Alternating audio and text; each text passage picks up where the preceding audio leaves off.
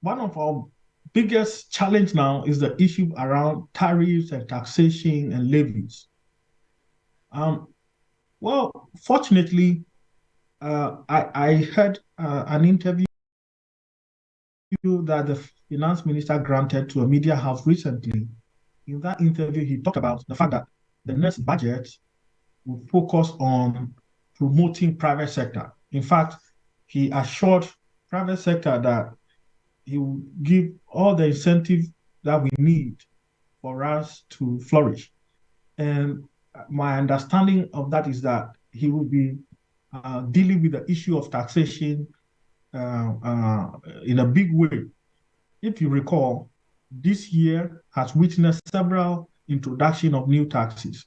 You recall the growth and sustainability levy, I mean about 5% before profit and all of that. And the thing is this, as you increase the taxes, you're actually increasing the cost of production and you're making local production uncompetitive and unattractive.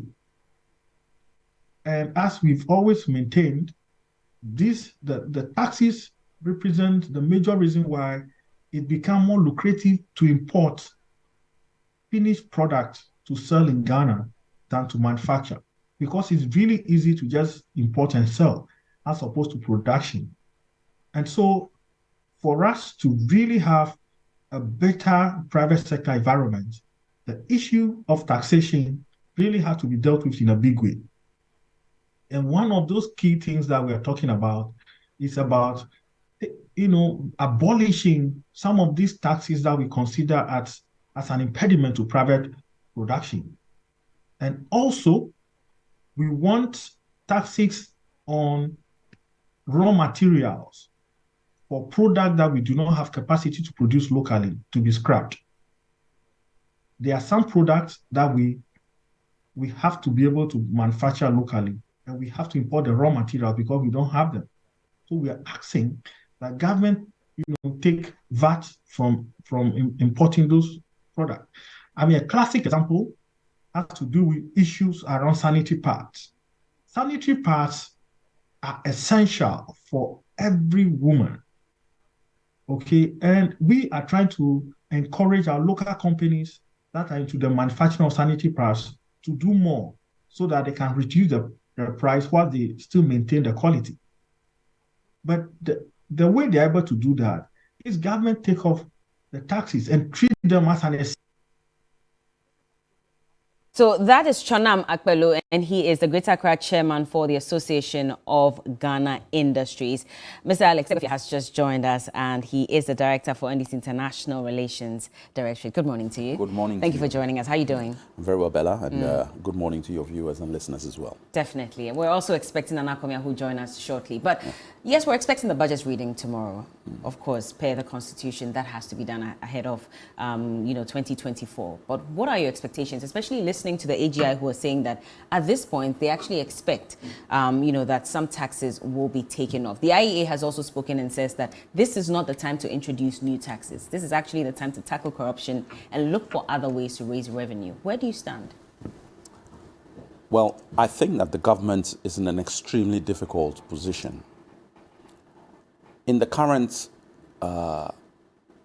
economic dispensation that they have created, you have a situation where the IMF is expecting them to be able to raise revenue and also to cut expenditure. And I think, or many people believe, that they've reached the ceiling on taxation as a means of raising revenue. And they should concentrate more on reduction in expenditure. There are two issues about taxes. One, if they even are thinking of raising taxes, then we are all doomed. It's a no-no. We're doomed? Yeah, I mean, businesses are collapsing, literally. And we always hear the statement, the private sector and businesses are the engine of growth. You're killing them. Yeah. So if you need growth, you need to find a way now to stimulate them. And we have all these taxes which people are now screaming for reduction. So the issue of adding should not even arise. At all? No, it shouldn't. We've taxed ourselves to the hilt. And the time has now come to see where, if possible, we can reduce in light of the fact that the IMF is saying you need more revenue. Exactly. So that is the conundrum they have. At best, they have to find ways of becoming more efficient in the collection of the taxes that they already collect. But they should rather be negotiating on the basis that we are going to reduce government expenditure and other expenditures which they control. That is the key. There are certain gestures you make which also can give confidence to the markets and to the economic scenario. They've lost some of those opportunities. Look, we have personal friends in the finance ministry. We know them. But when a country is in this dire situation, it's important to put a new face, a fresh crop of faces at that ministry for people to say, well, okay, something new may be coming on board. Are you talking about the position of finance minister? Exactly. You see, it's crucial. I mean, and people just think that, oh, well, they've gone through the process, it's gone. It's not gone. The people in the finance ministry at the moment, the face of the finance ministry, are seen as the faces that have put us where we are. Whether rightly or wrongly, that is the perception. So you've got to deal with it. And there's a constant belief that I will not deal. Fine. So no matter what policies or this one, people won't believe you. Because these are, the finance minister and are people who have told us things which they've not been able to live up to over 7 years. Like what exactly is it that you were hoping that they would live up to? You have a situation where we were told, and he spoused it out, that look, we are not going to be taxing. Taxes are not good. We are going to be, the way we have behaved, we should be looking more at production. What has happened? Oh, they say COVID-19. Okay, and COVID-19 Russia, accounts. Ukraine. What has happened with COVID-19 accounts? What has happened with Russia and Ukraine? Why? We were having this argument, and I said, okay, so you have Botswana, you have South Africa, and I didn't even go into Ivory Coast because and Benin and Togo because they say, oh, they are francophone, and fine. So I know South Africa is not. And what are the interest rates in South Africa for businesses? What are the interest rates in Botswana? If you Google it now, we are looking at the teens. So why are we in this mire where we are in our almost close to the 30% mark? And what about our rate of inflation? So there's something, and everybody knows it's no longer, it's propaganda or political talk to be talking of Russia and Ukraine, and that we've all gotten past. The important thing is that the Russia-Ukraine war has got nothing to do with the haircuts people are suffering. It's your debt portfolio. So everybody knows the amount of money we've borrowed. That's the bottom line. And the reason why other countries are not feeling the pinch as much as we are is they don't have the kind of debt portfolio we have. And even if they do, they have a revenue base and stream that can service it. But if you say then that we need a new face because then that engenders trust in people, yes, the same person who dug the hole that we're in should be the one to take us out. No. If you make that mistake, you just dig a bigger hole. That's all you're doing. You're digging a bigger hole. Let's not fall for this issue. But who should inherit his shortfall? There are many people in. Why? Are you now condemning the new patriotic party to one person who can run the finance ministry? I mean, that's exactly your question. I mean, who can? I mean, they've told us they had the men. They had the men. So one person or a group, this particular group? No, we know that a whole raft of people came from data bank in his own bank. That's why I'm not talking of just the individual. Yeah. I'm saying that the people there have lost the plot. They don't have a clue. The whole economic situation, they have no fresh ideas. And they don't know how to get out of the rut. So you need a new set of people, a fresh face of ideas, and people who are prepared to speak truth to power and say, look, we can't go. this particular budget is not a budget of development. What is it? It's a budget of stability. All you're trying to do is stabilize the position. Whereas you would hear things about people trying to talk about developmental projects. Why? Because an election is coming. And it's the same position they took and spent COVID funds badly. Because in 2020, when those COVID funds arrived, it was an election year. We don't have the luxury. Now, the government should wake up and begin to smell the coffee. We are in a bad place. Really bad place. Why haven't we even got the second tranche of the IMF money? That should be a signal. They said the review is still ongoing. Really? So what was the point of the deadline? Well, they said that wasn't a deadline. It was so what? the November 1 date that they gave was not a deadline. It was just the period through which the review process would undergo. And When then is the eventually review process over? they would give us a second tranche. So that's a response from... But we all read the document. 1st Yeah. November was the date for the second tranche. Why are people playing with semantics? We saw the document. We were That's all their expecting response. it. That we saw the details and the timetable that was given. Look, Bella, the truth of the matter is that all this is spin. The IMF hasn't given us the second tranche yet.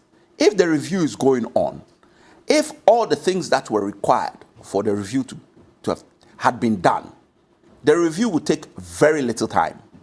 Something is missing. We haven't reached certain targets, and that is why it's being held back.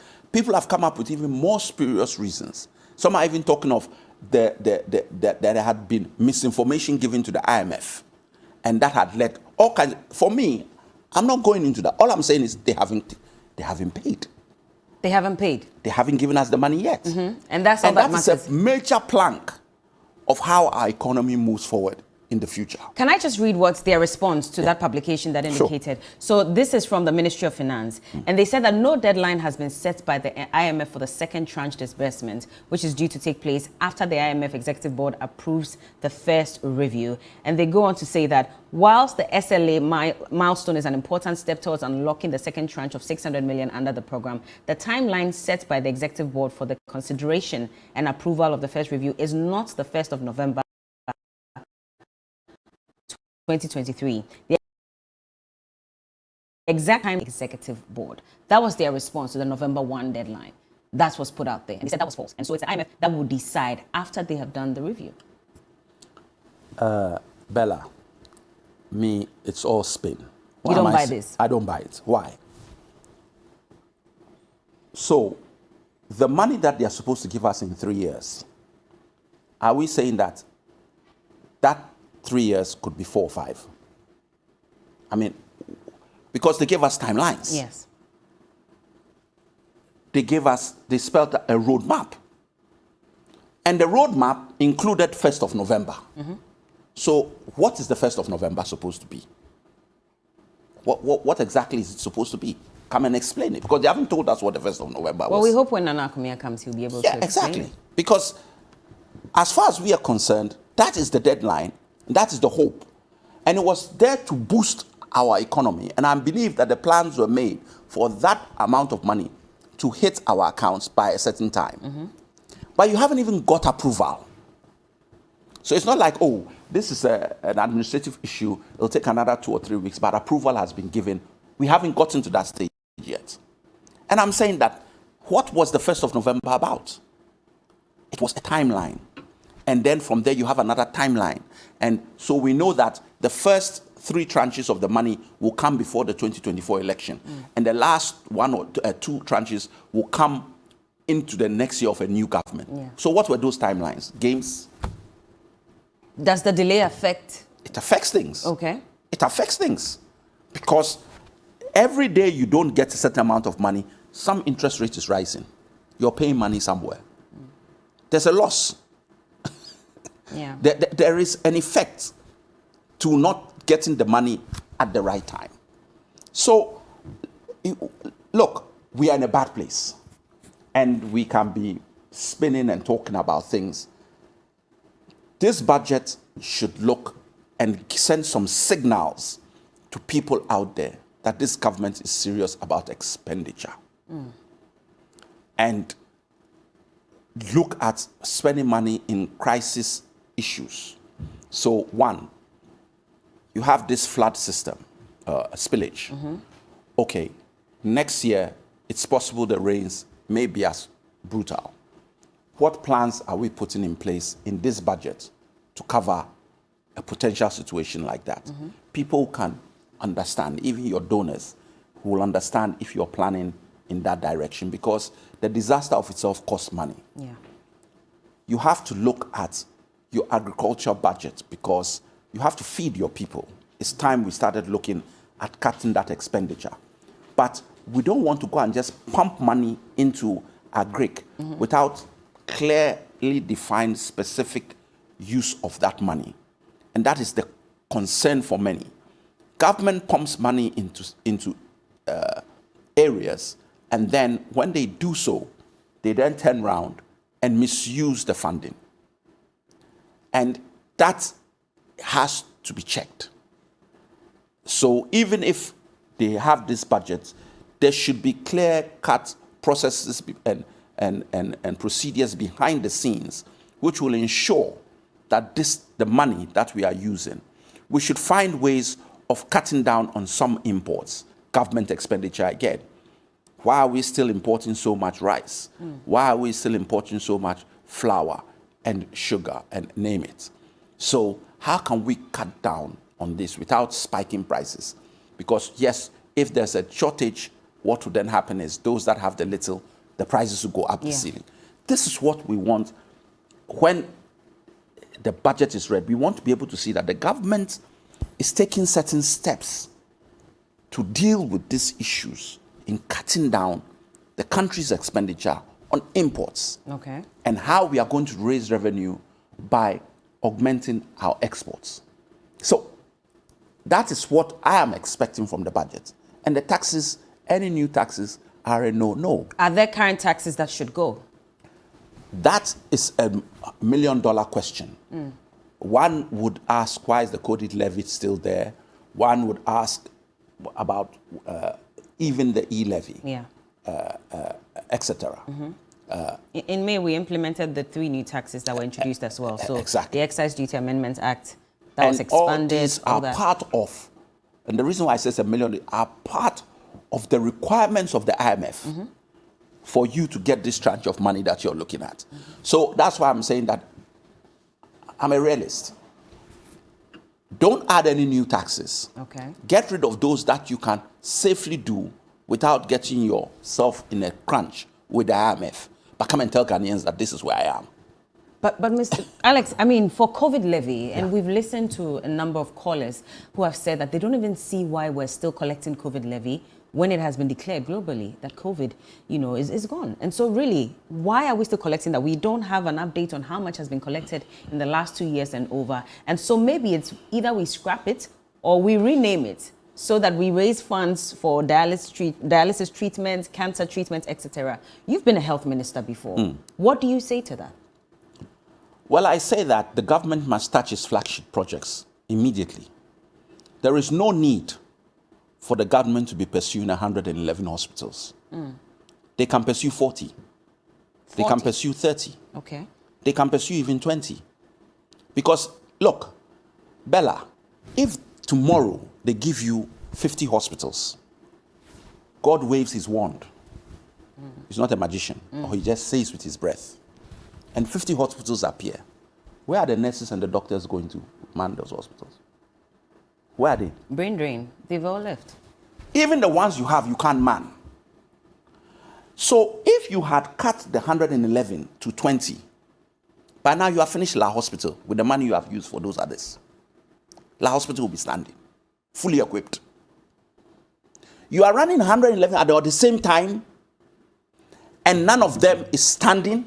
Where's the plan? Where is the plan? The last time the president gave the State of the Nation address, he said about 88 of them had started, and that before the end of his tenure, we're going to see the completion of these hospitals. We were given timelines by this same president before. He said 88 hospitals in 12 months, just before election, to get votes.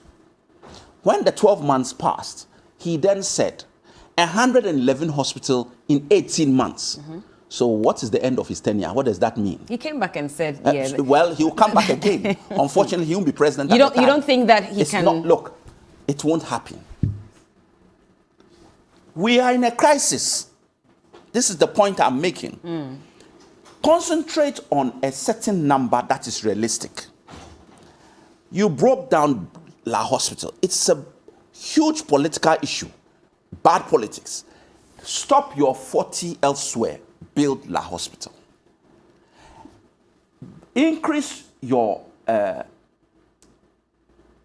nursing training schools, not in terms of numbers, but in terms of the level of nurses you are training. Most of them are bottom heavy. You have to increase that stake so that you are training nurses that are out of a higher caliber. You will then be able to export without putting certain conditions in place, which will mean that even if the people want to go out, because you are producing so many, you can do a proper program and monitor so that when these nurses go out, you still get revenue for them. But then you still have enough to man the ones in the hospitals you are building. Look at their conditions of service. Think Ghana for a change and stop thinking me, MPP, my political party. Stop. Take a break. You are in power. But why am I saying this? Because you have a president who has thrown his hands up in exasperation and said, oh, the next president to solve our problems. Hello?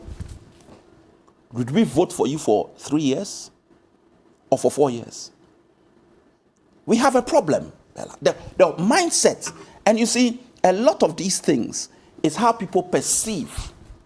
When a president of a country makes a statement, somebody has written off a whole year, I'm not doing anything. Because nothing is going to happen. You have a presidential system, and you have a president who says, he's written, the person, any business person says, okay, let's see who's going to come. For now, I hold fire. Because as far as that person is concerned, there's no driver at the wheel. There's no captain of a ship. It's been left. You can't make a statement like that. You can't. And somebody should gag the president. Excuse me. Gag him in what way? Gag him. Gag him, okay. Yeah, he should. His statements are not helping anybody. His statements are not helping anybody. He should be gagged. But that then brings me back. You still haven't touched on COVID levy. Yes. Which I want to know. COVID, should we rename it? Possibly. Or should we scrap it? Well, you see, the COVID levy cannot be for COVID. Another way of looking at it is saying that, okay, we need the COVID levy to begin to put in infrastructure in the health sector. So add the COVID levy to NHIA or to a health sector fund for infrastructure. Because that is in effect, you're going to be able to say, look, we need to build these hospitals. So instead of taking the COVID levy out, we will now convert the COVID levy. But you must not put it in the consolidated fund. Because already what the 2.5%, the money that is for NHIA, the money that is, it's not, they are not giving them the money. So you have to now, first and foremost, ensure that monies that you're collecting for a purpose are used for the purpose. We as a political party have said that when we come, we are not going to, one of our priorities is not to abandon projects. We are going, so you've lumbered us already, indirectly. Because you're saying that, for example, Agenda 111 should be reduced to maybe about 20. If about 8 of them have been started, if they should halt those ones, that becomes a project you have to continue. But you can do an assessment as to where they've reached. And those that have got to a certain point, you prioritize them. Okay. And then you have them on the burner, but you see, it's planning, Bella. You plan. If you even open, as I said to you, you can't man it. We don't have the nurses, we don't have the doctors, we don't have the technical staff to run laboratories extra. We don't. In the same way with free SHS, we didn't have the schools, we didn't have the teachers. What were you doing implementing it with a traffic light system? All you had to do was wait 2 years, hold it for 2 years, finish the Mahama schools that were on stream, build the dormitories and things that you needed to do, put in a plan for textbooks, increase the number of intake for teachers over 2 years, so that by the time you implement free SHS in 2 years, all your schools will have teachers in them. You wouldn't have a traffic light system. I've sat here, I've spoken, I've solved the problem. You solved the problem. I've solved the problem. Just okay. It's easy to more difficult to implement, but on a general common sense basis, I've solved free HSS problem.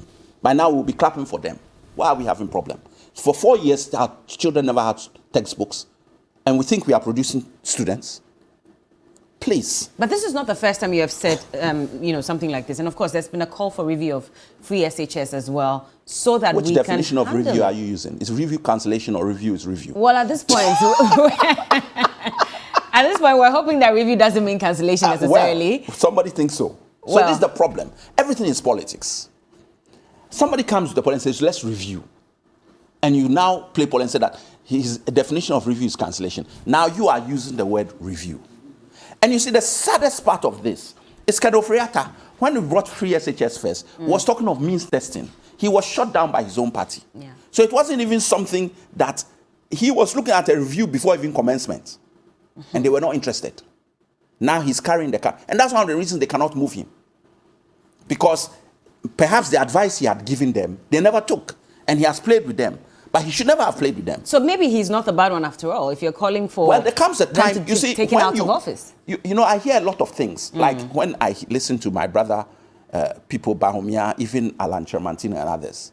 Look, if you don't leave the ship when you have the opportunity, don't pretend that you were not on the ship. You were on the ship. The baggage of Nana Akufo-Addo's government is carried by bearership in different degrees. And they've managed to take the one with the biggest baggage as their flag bearer. That's their issue. He has the biggest baggage. The biggest baggage. I mean, I don't know how they work that one. They say he's the best man for them. For us, he is. For the NDC, he is. Of course, because he's going to walk us into a new into You think this will be a walk in the park? No, it's not a walk in the park. He says it's not going to be easy, but he's sure he'll win. Look, we've never believed that the MPP intend on having a free and fair election. So it's not a walk in the park. Why do you say that? Because we suffered in 2020. 2020 was not I've accepted the Supreme Court decision, but I do not believe the NDC lost that election. But you were not able to defend it in court. So put that to us. But let us, everybody, why? The figures don't add up. The figures still don't add up. But your then General Secretary had he had the platform. He was supposed to present those figures that he thought were right. Well, if you have a situation, you see, there are so many facets to this issue. When we looked at our pink sheets, do you know that we had one set of pink sheets where it was the same pink sheet, but correct serial number, everything, different figures, all signed, which meant that there were 2 books at any given point. Who monitored it? Our fault. We will not let it happen again. So there's a lot to that, but today is not the day for that issue. We are talking economy. And I'm aware that my brother has arrived, so yes, he has a lot here. of explaining so we're going to jump to him. Nana Kumia has just joined us. He's the CEO of the State Transport Company. And, well, I do understand that there was some traffic this morning. Yes. But we're glad that you're in now. I ran into it very, very bad. But I hope you're well. I'm good. Okay. Thank you. All right. And you? Fine, thank you. You look good. Thank you very much. Super. Thank you. And my brother too. I think we should do something about the school busing system. Okay, go. But it's your area. Why do you say that? Is that what was causing the delay on the road? There are these 2 schools, Soul Clinic. Yes.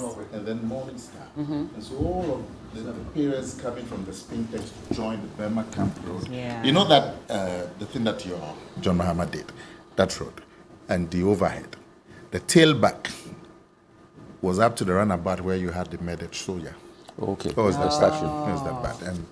And you just came in. And you know, but that issue is a global problem. because you know it's that. a dual carriage. You can't go You back. can't really do anything Once about school's it. open. Yes, there's traffic Globally. everywhere. Yeah, but there's no school busing system. You know, so every parent has to carry their child. I see what you mean. Yeah, that's what I mean. If it was a school bus, so when you get to the Soul Clinic place, you know the Soul Clinic? Yes, yes. Oosh. And then the morning start, oh man. Anyway, I'm sure it's a conversation we can have later when the time is right. But we're talking about the budget reading tomorrow. The finance minister is expected to read the budget tomorrow. Expectations are quite high. There are some, in fact, there was a caller this morning who says he's not expecting much because he knows that he'll be disappointed and he would rather not suffer a heart attack because he's sure there'll be taxes and, you know, a lot more for us to pay. But the AGI has spoken. And of course, the IEA has also spoken. AGI says that scrap the taxes or reduce the taxes on raw materials so that we will be able to produce locally and serve the rest of the country. IEA says focus more on fighting corruption because introducing new taxes will not be the panacea. Alex Segwefia has also been speaking this morning. In fact, he thinks that even the finance ministry, the people that handle the ministry at the top should be taken out because then they are the ones that have left us in the quagmire that we are in today, and so we cannot trust them to take us out of it. Oh, but that's a political statement. That's a political statement? Yes, it's a political He's not the only one who has said this. There are quite a number of people who have said Even this. your own MPs. No, what I'm saying is that the finance minister is delivering the budget policy and statement tomorrow. Yes. Now, if you are demanding his removal today, No. He's saying that he should have been taken out by now. yeah, but what has that got to do with the statement tomorrow? To engender trust in people. So he should be removed today. No, I didn't. And that if he reads it tomorrow, there'll be no trust. That's what I'm saying. It's a political statement. What we are confronted with today is that the man is going to go to Parliament to read the budget today. Yeah. Yes. Well, tomorrow you mean? Tomorrow. Yes. Anything about it his was today. Anyway, it's tomorrow. tomorrow. It's tomorrow, Anything about his suitability or culpability is not an issue for today. It's a political issue that my brother can talk about later. But if the man is doing so badly, as you claim, it's in your interest that he is there, because if he does badly, it's to your advantage. But for how long? Ghanaians are struggling. No, it's just a year. It's just a year. He's not doing too badly.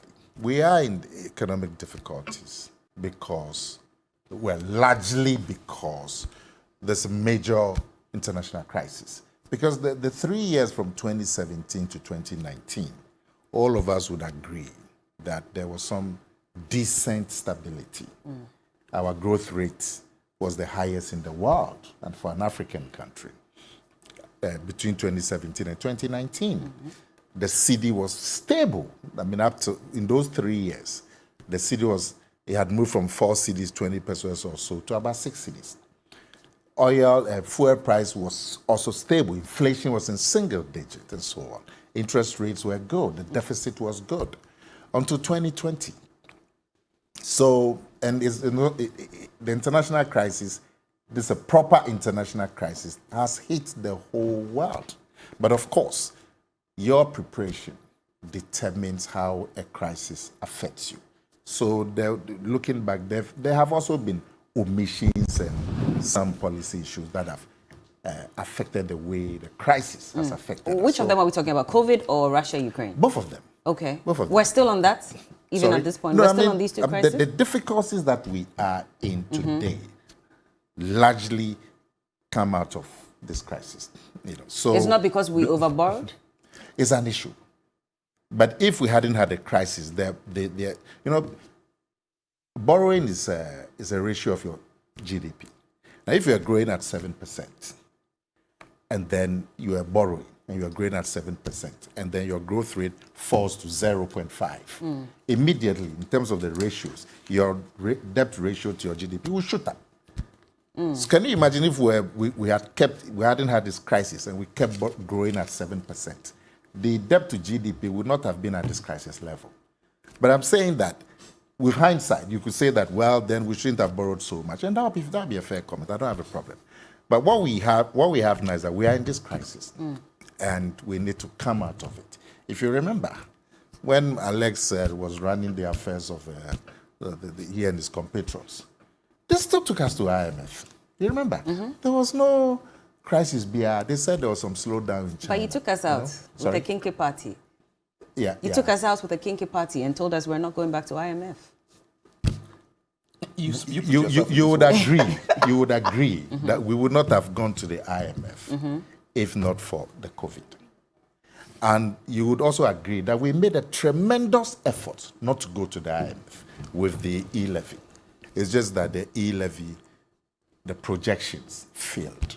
So there was no alternative. But we made a spirited effort to deal with the crisis on our own strength. But that failed. The e-levy failed. If the e-levy had succeeded the way the government had projected, we would never have gone to the IMF. Did it not fail because you didn't listen to Ghanaians? In what way? What did Ghanaians say? Well, Ghanaians were saying that we don't want a levy, we don't want another form of tax. But even if you should tax, that 1.5 at that time was too high. Oh, eventually, we even reviewed the percentage to 1%. Oh, that's what you mean. And and at that time, we also cancelled the collection of road tolls. Well, if you can show clearly that the e-levy failed because of the rate, then you may have. Is that not the reason why it was reviewed to 1%? Well, it was reviewed. You could say so because then it wasn't working well, and so it was reviewed. So to the extent that it was reviewed, you can. It's a fair comment to make that if the rate had started at a level that it was later resorted to, compliance may have been better, and the returns and we may not have gone to the IMF. But you would agree that a spirited effort was made to avoid the IMF. And mind you, I'm saying in the 4.5 years that my brother and his computers were in charge, we still went to the IMF. There was no COVID, there was no war, but we still went to the IMF. But you forgot Dumso.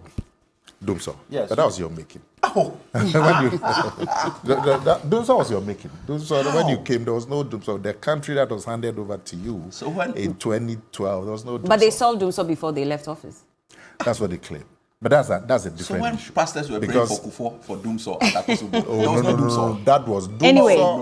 Dumso is not the same as a blackout. Let's focus. And you know, because you talked about COVID, before you carry on, we received over $3 billion. Okay? Yeah. To handle COVID. You saw the Auditor General's report on how monies were expended. Yeah.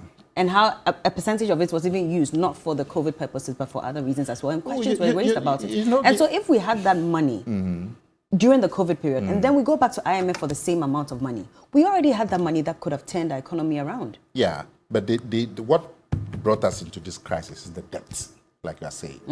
Because the growth rate, look, as you sit here, maybe you are earning, say, 5,000 cedis a month. And then something happens, and all of a sudden, you are earning 1,000 cedis a month. So you are faced with a 4,000 cedi deficit, you see. And you need all the support. It was to fill a hole. If you say that the use of it, you have a problem with it, Auditor General support, fine. You know. But a lot of it was to just budget support. A lot of it. And mind you, the people who gave us the money, when they did their auditing, they gave us a clean bill of health. And most of I've seen the Auditor General's report. A lot of the monies was for budget support, isn't it? If you have the Auditor General's report and you look at it, it was for budget support. Yeah. But if there are difficulties with some of the spending, Alex people, they are in charge of the Public Accounts Committee. So, and it was deliberate to put the opposition in charge of that committee. And it's that committee which receives the Auditor General's report and deals with it. So, if there are instances where monies may not have been properly used and highlighted in the Auditor General's report, we expect them to live up to the expectation of Ghanaians and deal with it. Now, with this budget, yes, I agree with what you're saying there. Incentives to industry are crucial. If industry doesn't grow, the GDP will not grow and the debt ratio will not come down. So whatever has to be done for industry, taxes, this business at the port where they align the port duties to the dollar, I've never understood it because a lot of imports that come through, and we are an import-dependent economy. We haven't been in a situation where we've been self-sufficient in our production. Even though we're promised that. We were going to move from production. Yes, and an effort is being made with the ID1D1F, where there's a coordinated program to provide industries for the country. Before that, you'll be lucky you may have a sugar factory coming up in Comenda, but as a plan, and a program and available, we didn't have that. But so Comenda hasn't started. Well, if you talk of Comenda, but the president told us that this April Comenda was going to start. Well, I think Comenda, all of us. We're in November. I agree with you that Comenda, all of us, both governments, the people who brought it up didn't do well putting up the facility without making a provision for raw material. And we who took over in the last 5 years, we had all the time to put it right. We haven't put it right. So all of us really having covered ourselves in glory. But I'm saying that the 1D1F provided the country with a coordinated program to provide industries. Some of the results have been spectacular. There's a factory that produces floor tiles. I think the name is Kida also. They're in 2nd D. And when you see the quality of floor tiles that they make, there's no need to import any tiles from Spain or Italy. And so what you now have to do is to manipulate the port duties in such a way that it doesn't become profitable to import tiles and give those people incentives. So as we speak, they are covering about 60% of the domestic market in tiles. If you give them incentives so they can move for the 40%, that's a lot of savings in Forex. If you go to my area in the Spintex and all these big warehouses that are coming up, it's just tiles and so on. So the industries that are coming up, they need support in terms of protection, support in terms of investment and marketing. If we do that for even 15 of these factories, and then those who are engaged in, say, rice production, where we spend so much money, they have to be targeted, nurtured, given special incentives so that we can become free of rice imports. The savings and all of that. You must have a tail in your car because you must have been listening. So what they're saying have to be done for industry, and I'm sure there's going to be something for industry. I do not think there's going to be any new taxes. Your friend who sent you what I suspect the government is going to do is to broaden. Try and how do you think they should do that? Well, because of the digitalization work that has been done, 15 to 16 million people now have tax identification numbers. Yeah. We must, from about 3 million, merely by possessing the national ID card, you get a tax identification number. So people can now be identified. And it's moved the people with teens, tax identification numbers, from 3 to 16 million. We must leverage on that to identify these people. Recently, SNIT, and I saw it in the front pages of the Daily Graph a couple of days ago, where they've launched a program to rope in the informal sector into SNIT. And the results have been remarkable. We should be looking at some of these things that SNIT is doing to broaden the tax base. I think it will be very, very, very unpopular if there's an attempt to introduce new taxes. And there has to be critical roads that have to be done. Okay. I work in the transport industry. Half the breakdowns that we get, usually because of the nature of the roads. And I expect some major budgeting to be done for roads. How are we raising enough to construct our roads? I mean, we said e-levy was going to be used partly for the construction of roads, which is why we shut down the collection of road tolls as well. We were even told that eventually road tolls will start again this year. We haven't seen that. Well, the shutdown of the tolls was not very popular. The problem with the tolls was that it was manual. And so you spend 40 minutes queuing to pay a 50 peso toll. The petrol that you spend in that 40 minutes queuing to pay a toll at Kaswa, it really useless. There's still traffic. So what you needed to do was to digitize the tolling. And the technology is available all over the place. And if government can encourage technology that would digitize it, so you pay it electronically, there's something on your dashboard, you get the deducts, so there's no queue. That is what should have been done. That's closing of it. And, there was a lot of... Are you saying the closing was wrong? It shouldn't have been done. Okay. And that's why they want to bring it back. Now, also, you should recognize that there was also a lot of excitement about what e-levy was going to bring. and it was out of the abundance of excitement that he said, oh, there was no need to collect these tolls and so on. What I believe should have been done was to digitize it, because you still needed money for roads. Did you tell them? Sorry? Did you tell them this?